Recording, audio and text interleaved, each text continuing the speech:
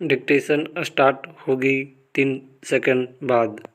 1 2 3 start. आदरणीय साथियों, कई सरपंच निर्विरोध चुने गए। अनेक चुनाव के बाद जीत कर सरपंच बने।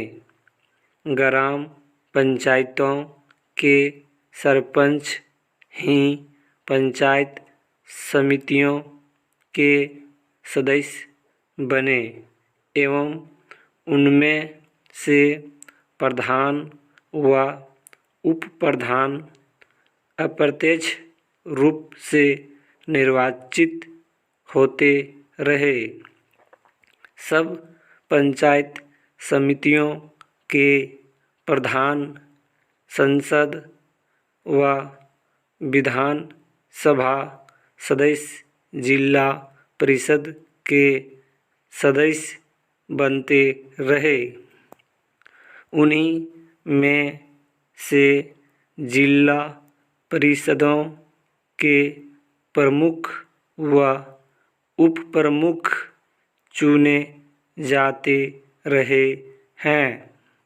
न केवल राजस्थान राज्य में ही अपितु देश के अधिकांश राज्यों में पंचायती राज व्यवस्था की स्थापना के आरंभ के वर्षों में इन संस्थाओं ने ग्रामीण विकास की दिशा में अच्छे परिणाम दिए।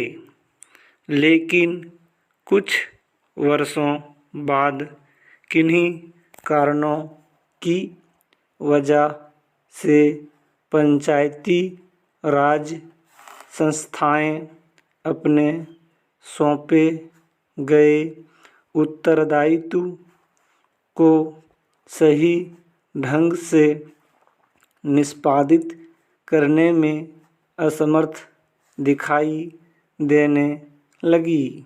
अर्थात ये संस्थाएं अपेक्षित परिणाम देने में असफल रहीं।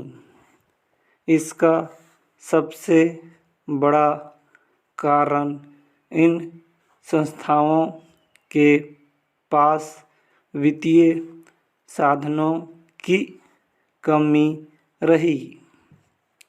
साथ ही अधिकांश राज्य सरकारों ने पंचायती राज संस्थाओं के चुनावों में भी अधिक रुचि नहीं ली।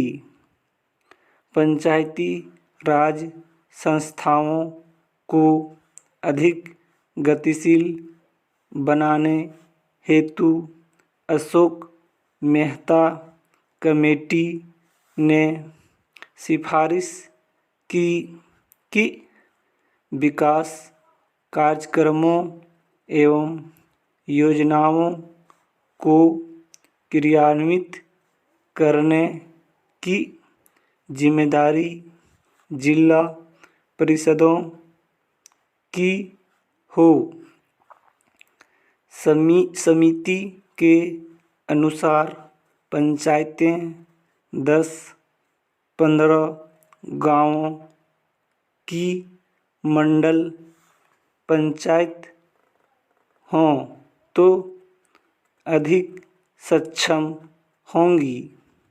ये मंडल पंचायतें ग्रामीण विकास योजनाओं को क्रियान्वित करेंगी। साथ ही समिति ने पंचायती राज संस्थाओं के चुनाव मुख्य निर्वाचन अधिकारी से करवाने की सिफारिश भी की।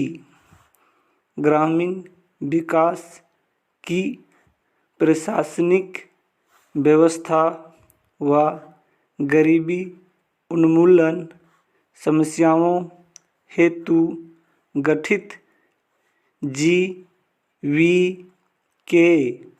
राव कमेटी ने जिला स्तर पर योजनाएं बनाने व नियमित चुनाव कराने की सिफारिश की थी। देश की पंचायतें राज व्यवस्था को सुदृढ़ व पुनर्जीवित करने हेतु गठित डॉक्टर लक्ष्मीमल सिंघवी कमेटी ने ग्राम पंचायतों को अतिरिक्त वित्तीय साधन देकर अधिक सक्षम बनाने पर बल दिया तथा साथ ही पंचायती राज संस्थाओं को संवैधानिक मान्यता दिए जाने पर भी विशेष बल दिया। पैरा देश में पंचायती राज संस्थाओं की बिगड़ती हुई स्थिति को ध्यान में रखते हुए पूर्व प्रधानमंत्री श्री राजीव गांधी ने पंचायती राज ढांचे को सुदृढ़ बनाने की कल्पना की थी और उन्होंने पंचायतों को अधिक अधिकार सौंपने तथा महिलाओं और कमज़ोर वर्गों की इन संस्थाओं में अधिक से अधिक भागीदारी देने की परिकल्पना की थी। हमारे वर्तमान प्रधानमंत्री के प्रयासों से अब यह संभव हो पाया है कि इस संबंध में शुरू किए गए प्रयासों तथा राष्ट्रपिता महात्मा गांधी जी के ग्राम स्वराज्य के स्वप्न को साकार बनाने की दृष्टि से संविधान में 73वीं संशोधन की कुछ महत्वपूर्ण बातों का जिक्र करना चाहूँगा।